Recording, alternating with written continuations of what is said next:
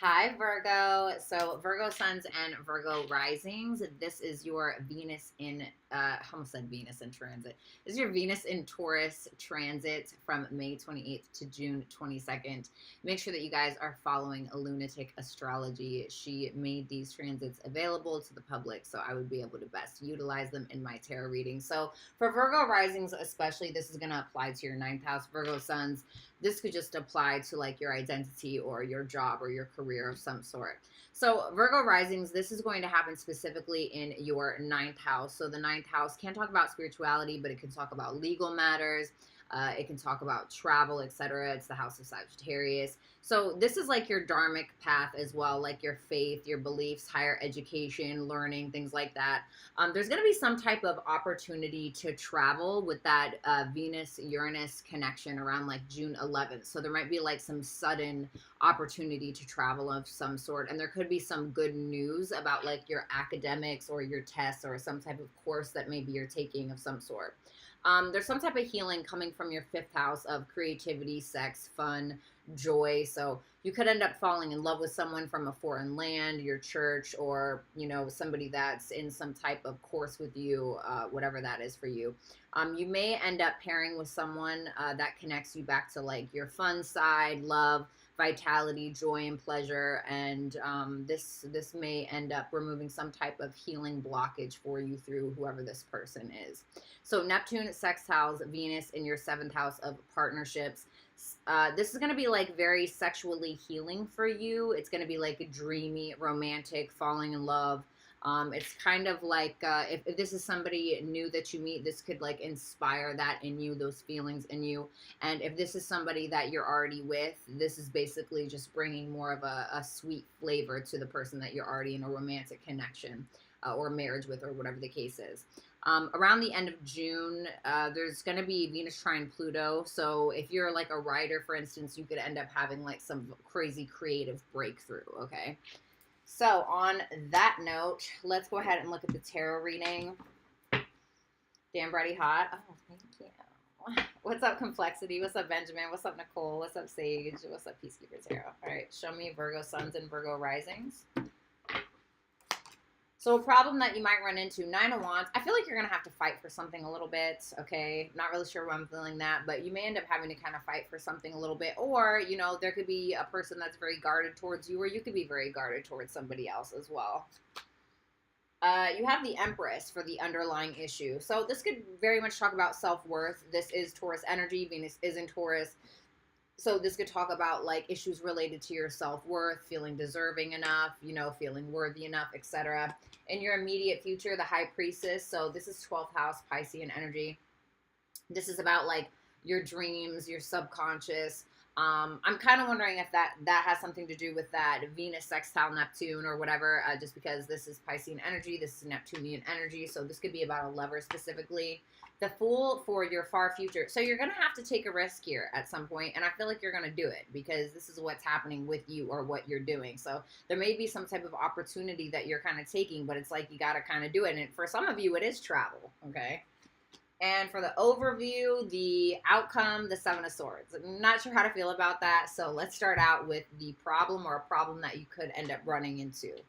Tell me about that Nine of Wands. And remember, guys, these are Venus transits, so, you know, they're the lesser benefic, but still, nonetheless, they're benefic. There's the Page of Cups. So, like I said, for a lot of you, you're a little guarded towards a new love. Could be a Cancer, Pisces, Scorpio. But it was just kind of like I thought, because you do have something happening here for you romantically. The Nine of Cups. I feel like you're going to meet somebody that checks off all the boxes for you, or if this is a partner that you're already dealing with, this could be somebody that checks off all the boxes for you. This could be somebody younger than you. You could be younger than them. There could be some type of age difference with that Page of Cups and that Page of Swords. But for a lot of you, I feel like there's a very strong curiosity that this person has towards you. But I think that there's a lot of fear with that Tower, that Star. It's like this person may kind of come in because, you know, the ninth house is also about your faith, your beliefs. Your belief systems. Also, for some of you, maybe I heard self-limiting beliefs, so maybe you have some self-limiting beliefs about you, about what you're capable of, is what I'm getting. Four of Wands. for some of you, you could end up moving in with this person, or you could end up in a commitment with this person, or this is, if you're already in a commitment, like there could be a step up from that, because that's with that, this transit over here with that Neptune. But with that Tower and that Star, it's like this person is kind of coming in and shattering some type of like belief that you had about yourself, or about your faith, or whatever it is, because the Star can talk about hope, which can talk about faith, etc. But it's like something's kind of like being destroyed, and not in a bad way. I mean, this is Venus, so this is still a benefic planet, but I feel like you're a little resistant to it, or it's like you kind of maybe feel like you've been through so much that you feel like you have to resist this in some way. But I feel like you just need to go with this, especially with that Nine of Cups there. Like, you don't want to miss that. This is Jupiterian energy. You know, Jupiter rules the 9th house naturally. So it's like, you know, I feel like this is once again about this 9th house matter. For some of you, maybe you are traveling here with this person, okay? The underlying issue, the Empress. Bye, Carmen. What's up, Nicole? Thanks, baby. Thank you, Benjamin. I appreciate that. Tell me about this. King of Swords.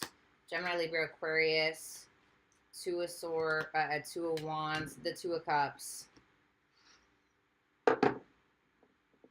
Where did that paper go? Okay. So for some of you, you may be thinking about traveling to go see a lover. You could fall in love with somebody that is from a different culture or background than you. I do feel like you're going to make some plans here, but what's the Two of Swords, the Wheel. There's that Jupiterian energy again. You're not going to escape it, Virgo. Like, whatever this is like 9th house matters. I feel like there's love coming in for you, but you have to be open to it. For some of you, you're not going to feel worthy enough, or it's like you're going to still be holding on to past cycles that are no longer serving you. And those days are over. You have to get over whatever that is, or you have to learn from it. You have to move on, because it's like, if there is a sense of like you having these self-limiting beliefs about you or what you're capable of, it's like you got to stop it, whatever it is. You got to stop it. You have to be open to things. With that Page of Cups and that Page of Swords, this is very much new energy. You could have a lover coming in for you. The transits are supporting that as well, but don't avoid it because you're like trying to be too logical about things with that King of Swords, or it's like you're trying to overthink your feelings, or you don't feel like you're worthy, or whatever. You have a choice to make. So it's like, okay, are you going to choose you, or are you going to choose what everybody else has told you, or are you going to choose the shitty things that happened in the past? You know, this is like your chance to kind of get it together. So you have the High Priestess, which is in the near future. Carmen. Mommy talks a lot of shit. The Five of Cups. Yeah, don't do that. The Seven of Pentacles. Don't do that. The Four of Pentacles. Don't do that. Don't do it. Don't do it. You're going to self-sabotage, my love. You're going to self-sabotage, Virgo, if you think that way.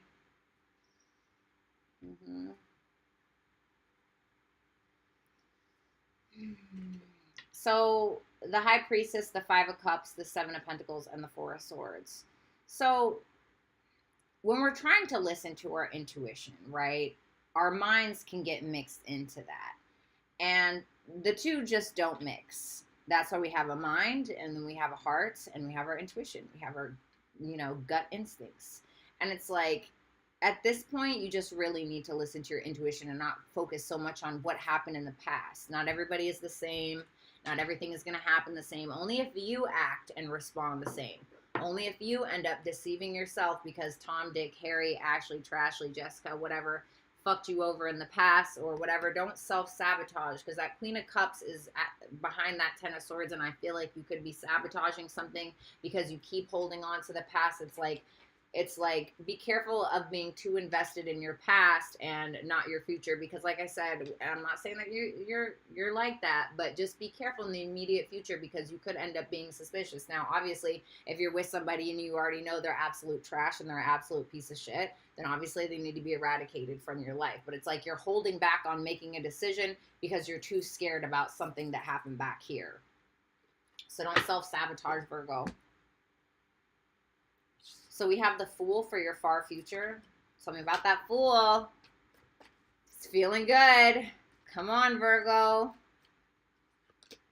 The Temperance, 9th house energy, baby. Okay.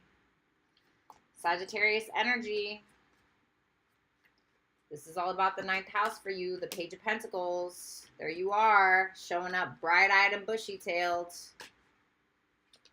The Wheel of Fortune. Jupiterian energy, baby. That King of Cups and the Two of Pentacles. So it's like in the far future here, I feel like you finally let go of it. You're like, all right, fuck this baggage. I don't want to carry it anymore, right? It's like you're not carrying the baggage anymore. You're checking it in, right? You're checking it in at the front desk. We're not doing that anymore. It's like you're willing to let go of the baggage.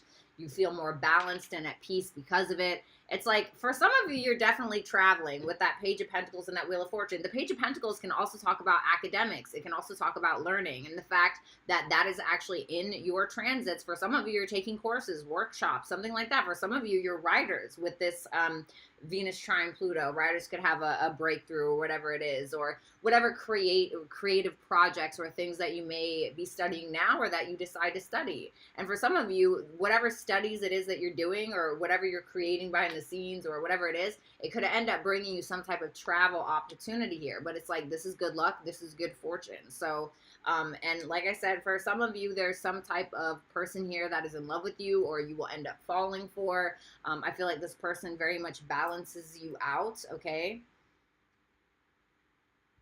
And I feel like things are going well for you financially as well. So I feel like you just have a little hiccup about this past thing, but I feel like you're going to get through it because this far future thing looks good. So overall outcome, 7 of Swords. This is like an overview. Let me see.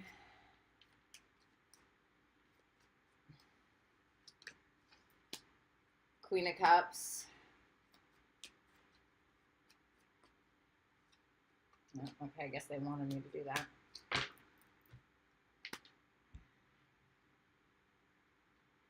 What's that 5 of Wands about, though? The 2 of Pentacles.